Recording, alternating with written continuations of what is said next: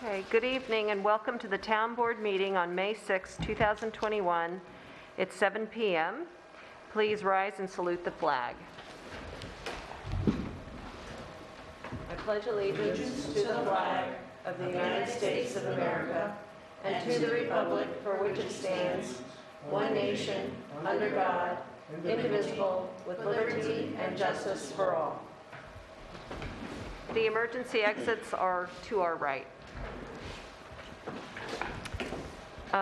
We have an Amenia Housing Board update, and we had planned to have Leo Blackman, but I think at this point we have just the process that can be reviewed by Damien, who's working with volunteers to prepare an analysis for us. Sure, I can give a quick update. Thank you, Vicki. You want to call the roll first? Roll call. Oh, sorry, roll call. It was on the list. As soon as he was going to speak, I was going to hi. Sorry, roll call. So let the record reflect that Supervisor Prodi is absent, and I'm going to begin with Deputy Supervisor Vicki Doyle. Here. Councilpersons Gutierrez, Here. Morris, Here. and Samoji. Here. Thank you. So, Housing Board update. Right, so just a quick update on process there. So thank you first and foremost to everybody who took the time to respond to the survey that we put out there. The survey was officially closed on April 26th. The vast majority of survey respondents responded online using the web form that we set up. We did have a small number of paper responses as well. And sort of by good fortune, we came across a town of Amenia resident who happens to be an expert in data analysis from surveys. He's a data scientist, Dr. Michael Johns from the good SynPatch. And he's volunteered to help assist the town in the analysis of the data we collected. We had a meeting with him this week, early on Tuesday, just to review how the survey was constructed, the types of responses that we get, were they multiple choice, were they free-form text answers, etc. He had some good advice for us on how we could analyze this data and get it into a form where it's shareable and gives us a concise view of sentiment.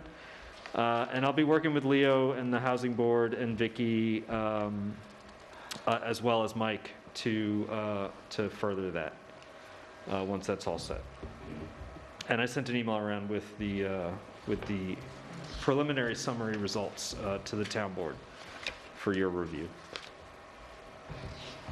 That's the update there. Okay, thanks. Well, I think we had a good result, basically.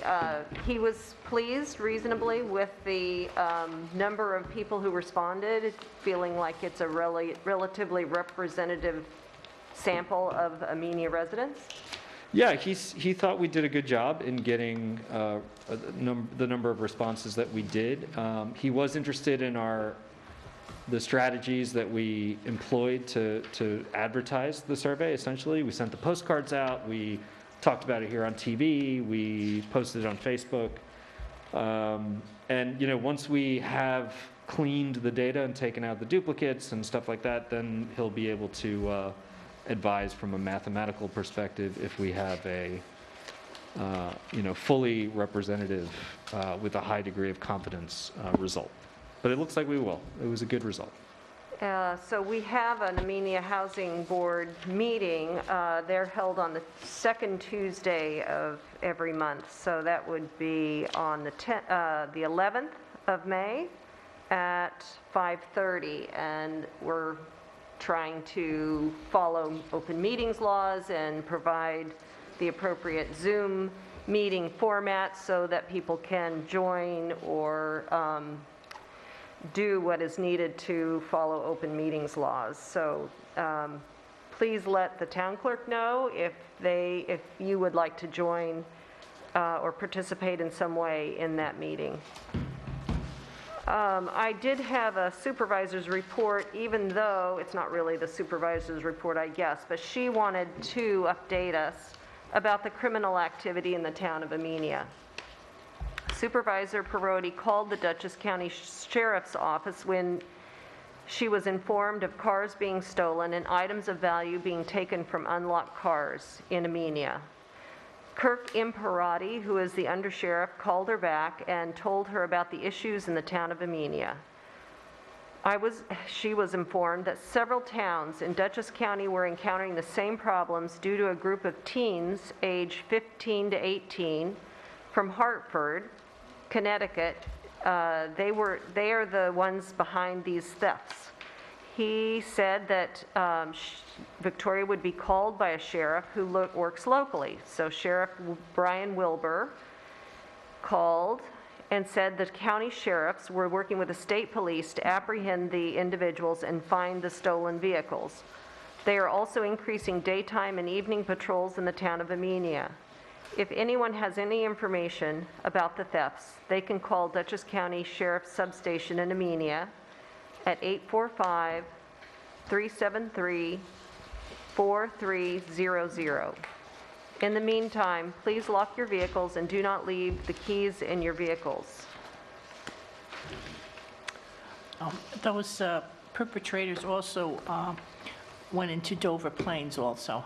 Oh, So they got chased. I know this was maybe last few months back anyway, but they got chased by by our police until they crossed over into the state line, because from Dover you can go right down and get over into the state line to go to Connecticut. And then I guess the Connecticut State Police tried to catch them or something. And that's all that I know. How many vehicles have been stolen, do you know? There's 5, I think, here. And I don't know. I thought I that, think there has been a pattern, though, so they're talking in the plural. So I don't know, I don't have a number, though. and I know that they were also down in Dover. I don't know if they stole a couple, 2 or 3, whatever, stuff like that down there. Okay. So I do appreciate Supervisor Perotti keeping us looped in on this issue. And again, if you have any questions while she's away, you can contact the county sheriff substation here in Amenia. So town clerk's report? And I'm going to begin this evening with the public comment that we did receive back in April, which I did have the opportunity to share with the supervisor prior to the start of the meeting, so thank you for providing the update. But Samantha Culligan, one of our town residents, has written the following. I'm reaching out to you regarding what happened to me and my family. I live on, she identifies the address of Lango Road in Amenia. Her husband and I have grown up here and are now raising our families of our own. Growing up in a small town, everybody knows everybody, so you felt safe and secure. If you ever did something wrong, your parents found out about it because it's a small town and everybody knew everybody, supported by everybody, and cared about everybody. I grew up with the parents who never locked the house and never locked their cars. I never felt like I needed to because I felt safe in this small town. On April 25th, 2021, sometime between 12 a.m. and 5 a.m., my husband's truck and my late father's car, which I was borrowing from my mom, were stolen out of the driveway with all the contents in them. That included my husband's tools, our children's car seats and possessions, as well as my wallet with money and credit cards. My father passed away from cancer in November, so his car is a sentimental value, which can never be replaced. As of this writing, the truck was found abandoned and cleaned out in Canaan, Connecticut. They have not recovered my father's car. Now that this has happened at my residence, I feel so unsafe and violated. How do I know that my children are safe? How do I know that I'm safe home alone with my children? How do I know that they won't start trying to break into our homes next? This is a small town that I grew up in, and I felt safe and secure, and I never questioned my feelings of safety in my own home until this happened to us. After reporting the incident, it has come to my attention that this has been happening and more in this area. Something needs to be done. I'm writing not only to tell my story, but also to petition for some kind of patrol in Amenia, especially at night when these thieves are happening. If there was more of a police presence in town, I think that these thieves would be deterred from trying anything. I think the people in our neighborhood should feel more secure going to bed at night. And I think we would be able to get that tight-knit community feel back into Amenia. I want to protect my children and have them grow up in a safe community. And at this time, I do not want to raise my children in a neighborhood such as Amenia if this criminal activity is going to continue. I'm sick of being afraid of of something happening to my family. We need to change, and we need to protect the citizens of Amenia, to protect the families and to protect the children that are growing up in town. I will forever feel violated that these people stepped onto my property and took what was not theirs. Justice needs to be served, and the town of Amenia needs to be protected. So Sam, thank you for sharing that very personal event that took place, and I know I can speak for all of us. We're very sorry that this has happened to you. I've been following your story on Facebook, so I know that it will be better, and the board is aware of these activities going on. Supervisor, even in her absence, was able to provide us with a report of her communications with the local authorities. So the only advice that we can share is always to remind you never to take things into your own hands. Please call 911 if there's an emergency or if you feel threatened or your life is safety, because these are the persons that are out there that are here to serve and protect us. So, I mean, And to lock your car. Lock your your car. and your Take the homes. keys and put them in your house. And don't leave anything of value in the car I either. know, yes. Yeah, that's right. She said that's a part of it. She has young children, so I mean, to take even their car seats, I mean, I just feel for the family. But as you guys have talked earlier, it is happening to multiple families and residences here, and Sam was upset enough that she reached out to all of you. Is it concentrated in any particular area? It's been on the eastern half of the county, so it's happened, there've been reports in Pine Plains. There was a break-in in Millerton as well. I shared a link on Facebook of the county sheriff's report on the just general increase in activity in this area, but it just seems to be along the state border here. Yeah. There were a couple of other questions that came up on Facebook. One was, so what is being done about it? And both the county sheriff and the state police did confirm to the supervisor that they had increased patrols, specifically at night, in this area, in our town and surrounding towns. There were a number of questions about why the town of Amenia does not have its own police force. Village of Millerton does, a lot of the surrounding towns and villages do. That's something maybe we should have a discussion about as a board. I mean, obviously we have our constables; they serve a different purpose than a fully fledged police department would. And I looked at the Village of Millerton's town budget. They have like $120,000 in their budget for their police department, and it's one person. Yeah. Same with Pine Plains. I think it's one person. So I don't know. I tried to relay that we would have that conversation as a board, as a group, and try to understand what the cost of doing something would be. But certainly people would like to feel that the issues being addressed and things are being done. But as Dawn said, call 911 with any information. State police and the county sheriffs are the enforcement arm here in town, and they should hear about anything first. Okay. And continuing with public comment this evening, we have one from Leo Blackman. He understands that town will be receiving $480,000 in federal funds via the American Rescue Plan. Personally, I am hoping that some of that money will be put towards workforce housing and a wastewater system. When will the public be hearing to discuss the potential uses of the money, even if we may have to wait a bit? I strongly recommend that the town board meeting either be in person in the auditorium, on Zoom with residents able to participate live. I can't understand why the town board hasn't managed to incorporate public comment as the planning board and the housing board do every month. Thank you, Leo Blackman.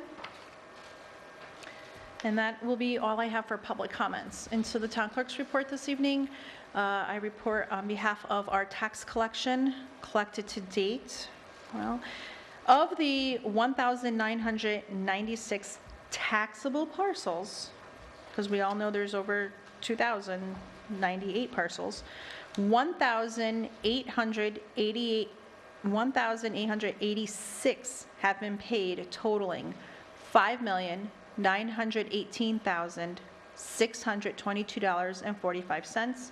In addition, for penalties, we received $9,883.16, with the remaining 110 parcels totaling $492,489.76. And I do share the friendly reminder with the 110 parcels that are still remaining. Your reminder notice has gone out.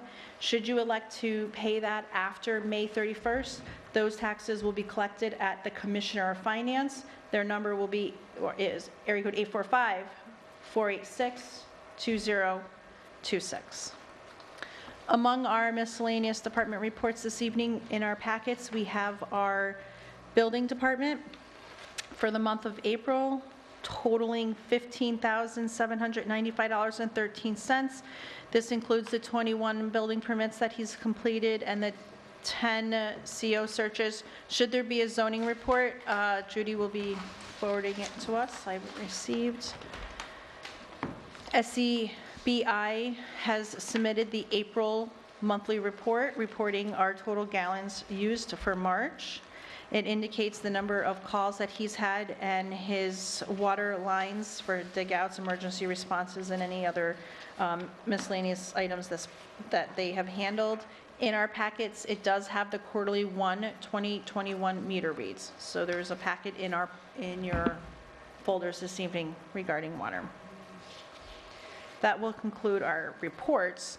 I do have a volunteer application.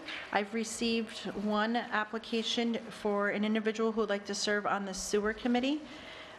He expresses his interest in serving here. He has lived here for 15 years in the town of Amenia, and during those 15 years, he's constantly mentioned, but no resolution. I'm hoping with my years of construction, which has included the past 5 years of bringing to completion very large construction projects, 500 million residential, 44 stories on First Avenue, 65 million elementary school in Queens, and currently a 57 million high residential project of 95 units in New Canaan, Connecticut.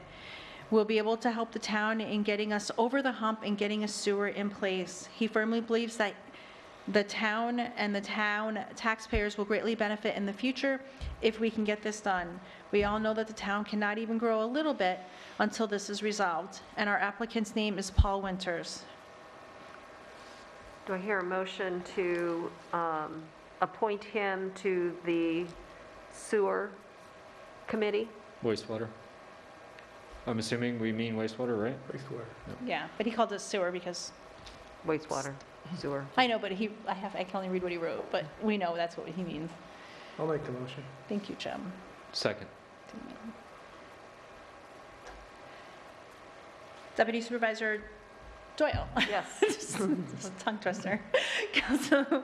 Councilpersons Gutierrez. Yes. Morris. Yes. Samoji. Yes. Great, Paul, if you're watching this evening, congratulations and welcome. If not, I'm going to go ahead and reply to an email that you sent to us, and I will reach out to the chair of that committee and give him the good news. I'll also get him set up with a town email. You'll do that now, so I don't have to send you an email? Great. And then the only other item was, I don't know who's reading it. Your proclamation. We have a proclamation for the 52nd Annual Professional Municipal Clerks Week, and Dawn Marie is our municipal clerk here, our town clerk.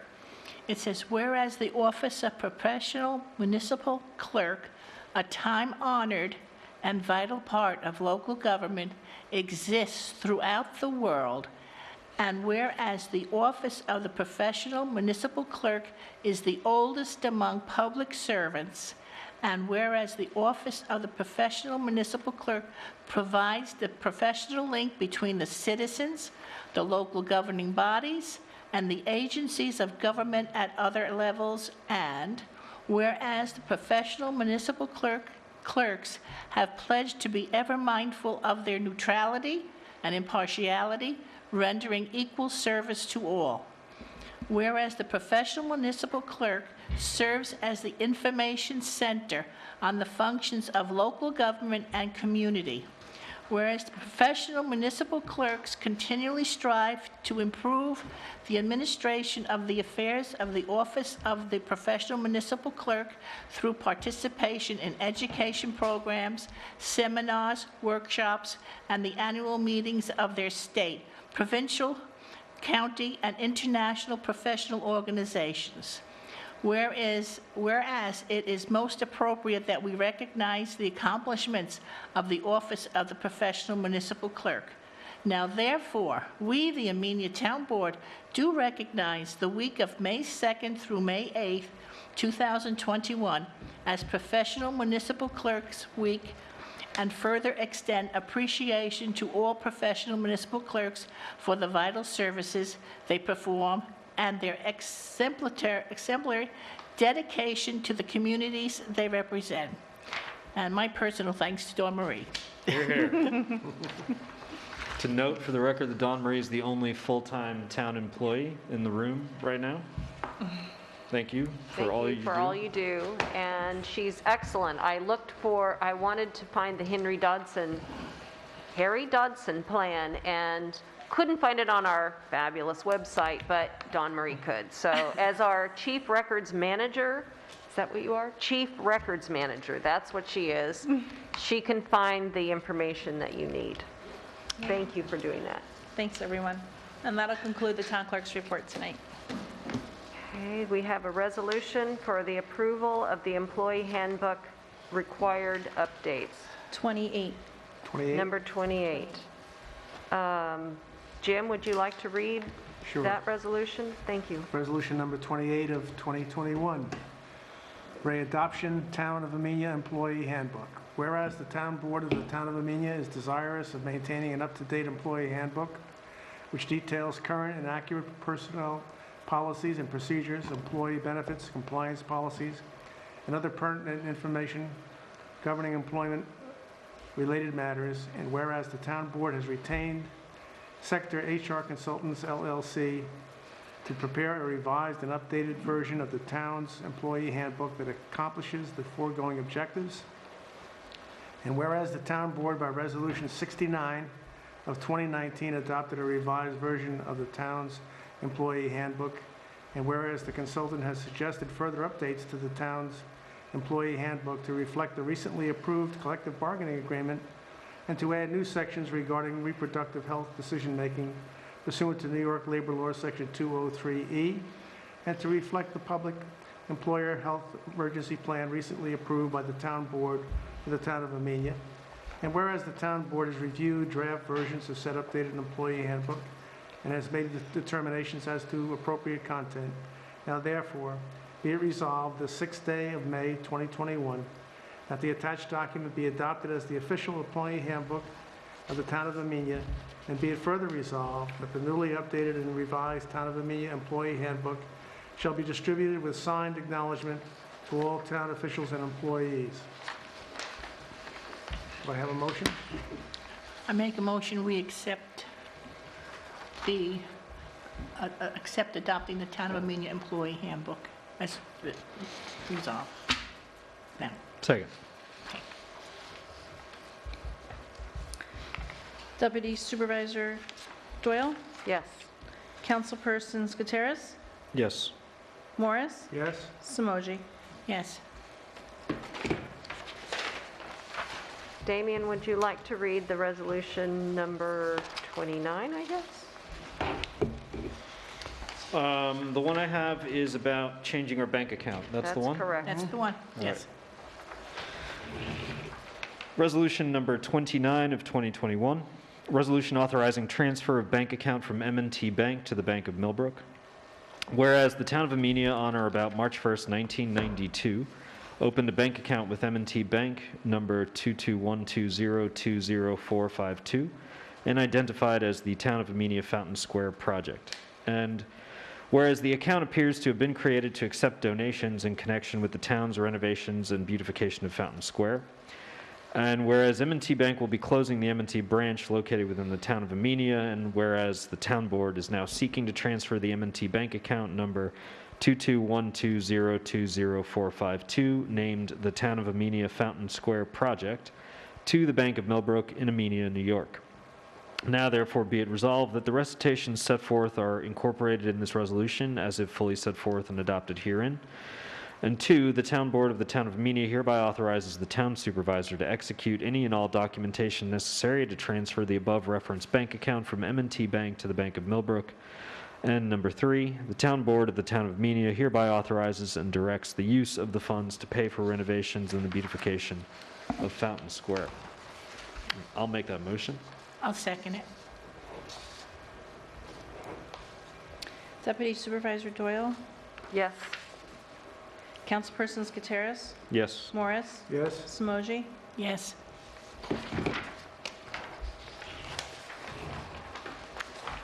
Okay. Other matters? Anybody have any other matters?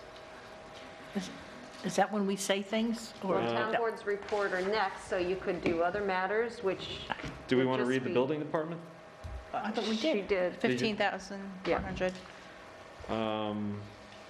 We already did your report. Yeah, we did everything else that's in my packet. Was there, All right, I think it would be worth having a conversation, maybe when Victoria's back, about the water district and just, you know, I know in addition to the capital funding planning that we're doing and the research on the hydrologist and some recent conversations with Marco, I think it'd just be good to have like a dedicated chunk of time on the agenda to talk about the water district. Maybe invite Marco to attend so that we Absolutely. could Yeah, ask questions and make sure we're all understanding.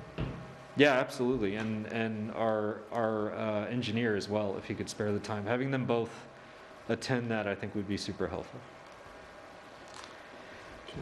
Okay.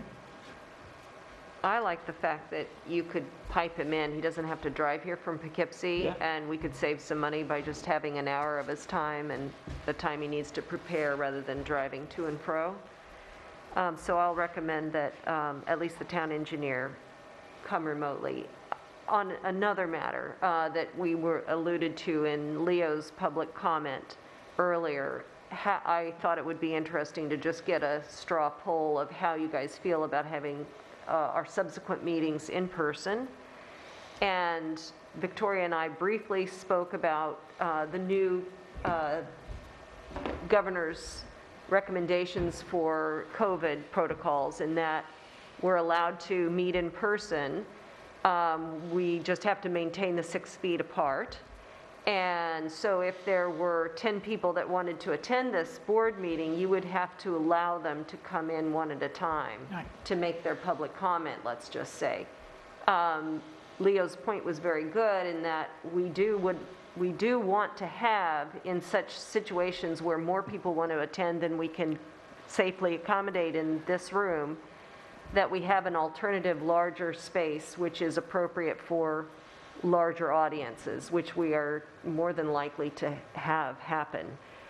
The auditorium handles 250 people, and it seems appropriate to have that as an option. And I know, Damien, you were looking into the opportunity of duplicating this setup in the auditorium so that we can meet open meetings laws and have it televised so that everybody who wants to participate can.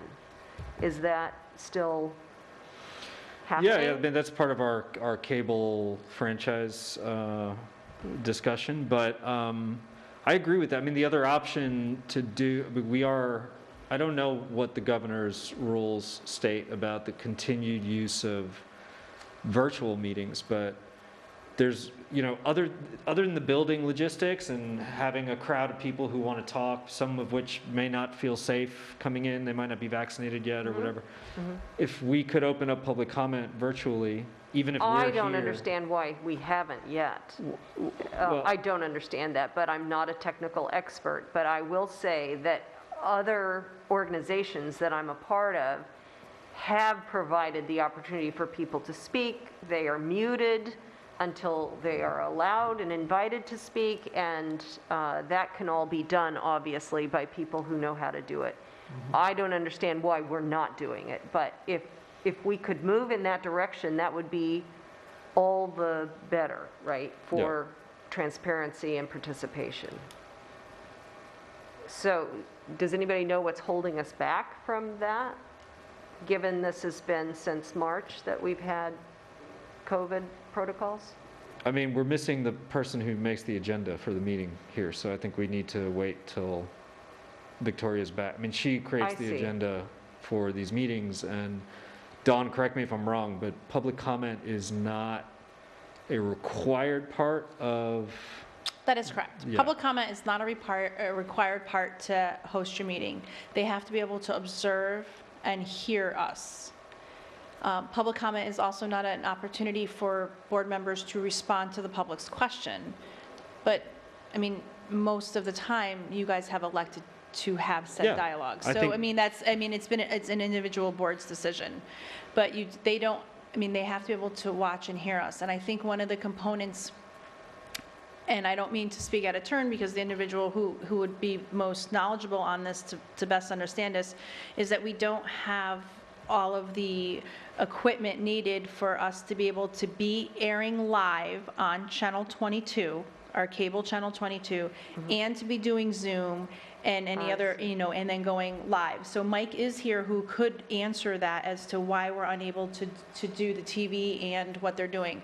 I will speak that what planning and zoning are doing and the other committees are doing is they're doing it just via Yeah. Zoom. So that's what Judy is doing, is having that person to be able yeah, to I do it. participated in the So, planning board meeting. I mean, I think last week. that's a board decision on how you guys want to move forward. Do you want to have it where it's just Zoom and they can't watch us live? But I mean, I do know many folks are watching us live. I mean, how many times have we So it's a received? decision, one or the Yeah. other. It's Well, not a there's, combination. You could do- there's a way to watch it live, right, Mike? You can watch it live on YouTube. We're streaming live on YouTube currently. But yes, it's like You guys have to six of decide one, this Channel half dozen of 22 another here. business. We need to. Okay, we we need to. just need to make a decision. Mike is unfortunately tied to this box on the wall if he wants to broadcast live on Channel 22. I If we exempt Mike from that obligation, if we say, don't worry about broadcasting live on 22, as long as we're broadcasting live on Zoom. YouTube Yeah. and also at the Zoom link or whatever, then we could solve I this see. very quickly. Well, I appreciate that. It's not as straightforward as what other organizations have done. We have a history of offering this on Cablevision, so that audience would then not be available if they weren't comfortable with the computer and the Zoom. So Not live. We we could don't have- broadcast the recording on Cablevision later, Okay, it Right. would not, right, but right. not live, yeah. Okay, well, thank you for educating me. Town board comments. Oh, okay, I'll go. First, I would like to thank the Amenia Fire Company and the EMTs who helped during the tornado that struck us so disastrously here in the center of the town of Amenia. They were quick on the draw, as we would say, getting out there and doing what they have to do, along with Megan and the Highway Department, helping to clear trees and roads so that the electric companies can get through to set up the electricity for people's homes and things like that. So I just want to thank all of them for their hard work. Now, on another note, more exciting note for some of you, seniors, our July 31st picnic, seniors picnic, will take place on July 31st.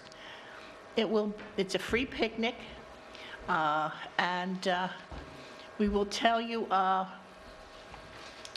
more details as to where you will be able to pick up your meals and things of that nature in the future, because the logistics are being worked out.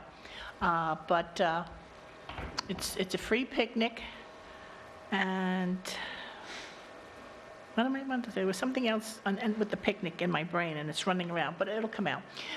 Also, the trips, yes. You see, we can't have meetings late at night, because I'm terribly old. Is this late? It's late. 7:30, it's still daylight out.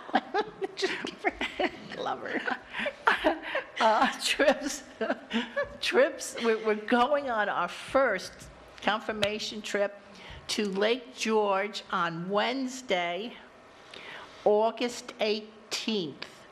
I got the bus schedule, I got the boat scheduled, so when we go up there, it'll be on the boat trip and everything. And it's an early morning trip up, so, you know, it'll be great fun for a lot of people. We're also, if you sign up, and you may need to have like wheelchair access or something, let me know, because I have the ability to get us a bus that is for wheelchair access, so that it will help people that may have a little bit difficulty climbing stairs and stuff come into the bus. So just let me know that. Now, the second trip, it's a little distance away. It's not really a trip. It's our Christmas party. Yes, it is. Hard to believe that. It's going to be, again, Wednesday, December 8th at the Ponds, where we've gone before. They're a new couple that took over the business. The husband is the chef. I had the pleasure of eating there last month with my son and daughter. And the meal was incredibly good, incredibly good. Right now, they're open for evening dining. I think it's 4 o'clock to 8 o'clock with the rules and stuff. But we will be going there, of course, for our regular, like 2 o'clock lunch thing. And it's fine with us. We can go there. Everything will be set up. And it's going to be a sit-down dinner, no buffet. So in other words, when I get the menu all squared away, you will once again pick out your choices of what you would like to have. And it'll be done like that. Also, I know to tell you about the bus. I spoke with the bus company, and they said there was they had no restrictions personally on the bus. They maintain their buses, everything is good and all of that. If we have if you had your COVID and you're carrying your card, I advise you to carry it anyway. You never know what life is. No one's going to ask you, really, basically, because we all know each other. And that's pretty much it for us. And then it's the New Year, gang. What can I tell you? So that's the basics of our things. Can I, just on that note, Michelle, on the COVID vaccine and the card and all, Yeah. we as the town board members, we've been getting emails from the county, emails from the state, saying that they have appointments, same day appointment availabilities, they Yes. have appointments ready, like, there's no longer crunch, or you don't have to sit there hitting refresh on your computer to get an appointment. Exactly. And so, just so that we can all get back to normal as quickly as possible, my daughter just had a COVID scare in her school today. These kids are still not vaccinated. So if you haven't had an opportunity to go out and get vaccinated yet, please do. If you need help finding an appointment or a site, please reach out to us or reach out to the county. The county has a great website where you can sign up to get alerts and all that. Yeah, and just on that note, I was in Walmart's in New Milford today, and they announced over their loudspeaker, we're giving out the Johnson & Johnson vaccine. Just walk up to us and tell us who you are and that you need it, and you can get the vaccine there. So I think it's becoming more prevalent, it's more available, and it's out there. So if you think you need it or you want it, get it. It'll make it easier for you probably to travel around until this thing, goes where it goes, into the wild blue yonder. So I don't have anything else. I just have two really quick things. One is to just correct the record. We have a new newspaper in town, as I'm sure you guys have noticed, Hudson Valley News. And Michelle mentioned the tornado. They had a cover story on the tornado, I guess, last week. And in the story, they told some great stories of people getting on Facebook and volunteering to help their neighbors cut down trees, clear their yard. They also said that Councilman P. Damian Gutierrez offered complimentary bottled water at Town Hall for those who lost their power. I just wanted to, I did not donate that bottled water. I actually, just for the record, The supervisor called a meeting of the emergency response That's right. committee. Yep. We showed up here, Dawn was here in her capacity, not as town clerk, but with the fire company. Michelle and I were here with supervisor, the heads of the fire companies, Marco from the water district, and a representative from the county. And it was a great meeting. Good work was done. And at that meeting, somebody asked the question, what if the power goes out in the water? And I believe it was Chris Klingner that was like, hey, we still have a lot of water left over in this office. And so I did carry a couple of flats of the water out of the accountant's office to the, but I did not, out of my own personal capacity, donate that water. So I just want to correct that bit of information. Well, thank you for your honesty, Damien. Anytime. I was giving you all kinds of credit for that. I don't, I'll let you know when I deserve it, but not on this one. Vicki, you mentioned our wonderful website. I have also been I was working kind of facetious. with the, I got that. Okay, sorry. Been working with Victoria, the supervisor, on our new website. And she's actually been very diligent working with Dawn Marie, working with other heads of the departments here in town, providing feedback to the county on that. I'm in the process of setting up our social media accounts, which somebody will have to run at some point. Jim maybe run our Twitter. And that is going really well. It's looking really good. I'd love to give the town board a preview at our next meeting, perhaps, show you the dev site in development, but it's very modern, it's easy to search, well organized. You can sign up for alerts. It's good. So modernity is upon us with the website. And last bit of news, my wife would like everybody to know that our chicken came home. Came home to roost, huh? Came home after a day missing. Wonder Bar's back, and thank you all for your well wishes and prayers. Okay. And it came back with all his wings and legs? Yep, she's great. She's in fine form. Fine. All right. All right. Go ahead. Jim, I'm sorry, I didn't mean to interrupt, but I just remembered what I was supposed to say about the picnic. You have to sign up for the picnic, and you will get a ticket, so that when you go to pick up your meal, you must turn that ticket in to get your meal. We're not, you just can't, oh my God. Pre-registration Right. is required. Thank you so much, because everything's coming out in some foreign language that I don't even understand. And so it'll just make it facilitated easily for us. So in other words, when you go to the location, when you sign up, we'll tell you what location is. And currently, I'm the only one going to be giving out those tickets when they come. And Nancy, who works upstairs, is going to make them for me. And they're very helpful, the ladies upstairs. Nancy's very helpful. And maybe I'll tell you. No, I'm not going to tell you. But she does a lot of good stuff, so you're going to have a lot of surprises at this picnic, okay? All right. Thank you all. Jim, please. Nothing. Nothing. That was easy. Welcome. Jim, welcome back. Welcome back. Thank you. I had an email from a resident who asked if we knew of anybody in Amenia registering for a citizen public health training course. Right. Are you planning to do that? I saw that Offered by email. Cornell. I just sent it to the rest of the board. I did not send it to you, Dawn Marie. Do you want that as well? It's called a Citizen Public Health Training Course, and it opened for, you do it online at your own pace, and you get a certificate at some point. But if you complete the training, basically you enroll for free online, and it's Cornell University is offering it. It's a preparedness for and prevention of public health emergencies from top experts from Cornell University. After the course, you will be able to take an active role in helping your community rebuild from the effects of COVID-19 and maybe a tornado, I don't know, and serve as part of an informed network that can be, well, no, it's really focused on COVID-19 trying to get things back to normal. And you would serve as part of an informed network that can be mobilized in the future to help respond to public health emergencies.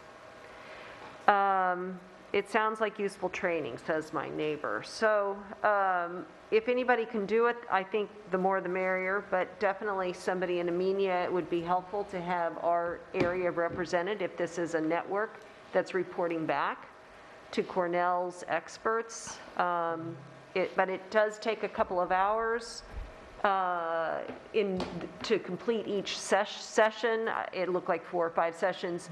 The first one has opened, and May 12th, I think, was like the next one. There's an enroll button if you want to hit it. I will forward it to you also, Dawn Marie, in case somebody in the community says that is just perfect for me. Memorial Day, we will have, again, a very brief ceremony at Fountain Square, Monday, May 31st, Memorial Day, at 11 o'clock. It's our traditional gathering with VFW Post 5444 in Dover Plains. They will have their honor guard available, and we'll do the laying of the wreath. We may have one of the commanders, one of the post play taps on his bugle, very moving, but very short. So you need to get there promptly at 11, and we ask that you remain socially distant for this outdoor event. I did want to thank very quickly the people who participated in Amenia's Cleanup Day on April 24th. Eric Eschbach managed the enhancement committee up at Fountain Square. We had Walter Diedrich, Margie O'Brien, Stacy Mantle, Leo Blackman, and I'm just thinking Joanne Boyd. I apologize if I'm forgetting somebody, because there were people who just spontaneously showed up and did not sign in. So Joanne Boyd for sure. Polly Pitts-Garvin, David Garvin, and the ADC did Route 22 in Amenia. Mark ran around and did pickup of trash. Thank you, Damien, for also running around with carts and utility trailers. And thank you to Megan, while I'm thinking about it, for offering 2 one-ton trucks being available so that we didn't have to race at 12:30 down to the transfer station and bring our garbage. They transferred it down to the station the next weekday on Monday. We did this on a Saturday morning in celebration of Earth Day. Vicki Kurtz and Ben Manley, Matt Dilley and his family, Allie Miller and her family, Leslie Ellers, Julie Duran and her son, Victoria Perotti did Cascade Mountain on her own, Mountain Road and Folan Road, I believe. Jody Spittler did Smithfield Valley, and the Smithfield Valley Association did that section. Kendra LaCroix and her 3 kids, Wendy Gordell and Julia Gray. Christy Gass did it early on 490 on Route 22, and Michelle, thank you for doing it early down at Tally Ho. Oh, well, you're welcome. I just participated. That's wonderful. Damien, did I miss anybody? I know we were running around grabbing bags here, there, and yonder. No, even your doctor friend from Dover Plains. Julie, I mentioned her. Oh, you did, okay. Yep. No, that was it. We had a great turnout over. We had a super turnout. Oh, I did. Brad Rebellard, there's one. Oh, I'm just now remembering people who showed up at Fountain Square. Brad Rebellard and his son also came out. Wasaic there was Fire. a man down. Oh, well, I said Walter Diedrich. Anyway, I know I'm missing people, so thanks to all the people who do it on a regular basis. There are people who literally walk the roads and keep our roads clean every day. And I know Maplebrook School has their CAP students do North Route 22. And the Lions Club on their own do, well, at least they did Delaburn Hill. I don't know. Yeah. But anyway, thanks to all the groups who are out there doing their part. I don't have anything else. Okay, just so, Michelle, you're not disappointed. I do have a comment. Oh, there you go.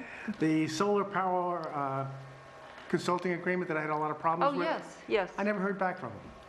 Oh, So I did send him an Interesting. email, and I have not heard a word thank from you him. for trying.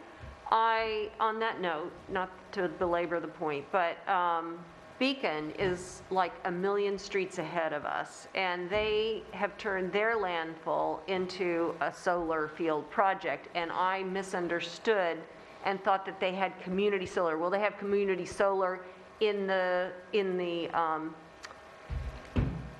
actual solar panels Yeah. on their landfill, and they have saved $80,000 a year on their town municipal energy costs. That savings goes right into people's pockets, so that's an amazing thing. But she had said, oh yeah, don't worry, our lawyer also had trouble with the liability, but this was with the physical panels. We're talking about simply being a sponsor of a project, That's right. somebody else's project in Orange County or wherever, and the liability associated. She said, don't worry, I'm going to send you our lawyer's marked up version. We took out all the liability that we were worried about, and they said it was fine. So I don't know, it may be worth going through. It will only in this regard has the potential savings of $3,000 a year. Doesn't sound like much, but to me, we could do something with that $3,000. Well, what annoyed me about what their agreement said was that they didn't even agree to make best efforts to save the town any money. They said it's up.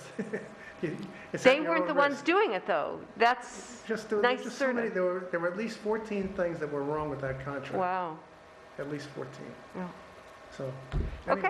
anyway, So, We tried. thank you. Thank you, Jim. So much for trying, and executive session, do I hear a motion to adjourn to executive session? I'll make that motion. We need to say why. State right? why. Oh, for current litigation, I apologize. Current litigation, Julie Duran, Juan Torres, Article 78 against the town of Amenia. I'll make that motion. Second. Michelle. Deputy Supervisor Doyle. Yes? Councilpersons Gutierrez, Yes. Morris. Yes. Samoji. Yes. And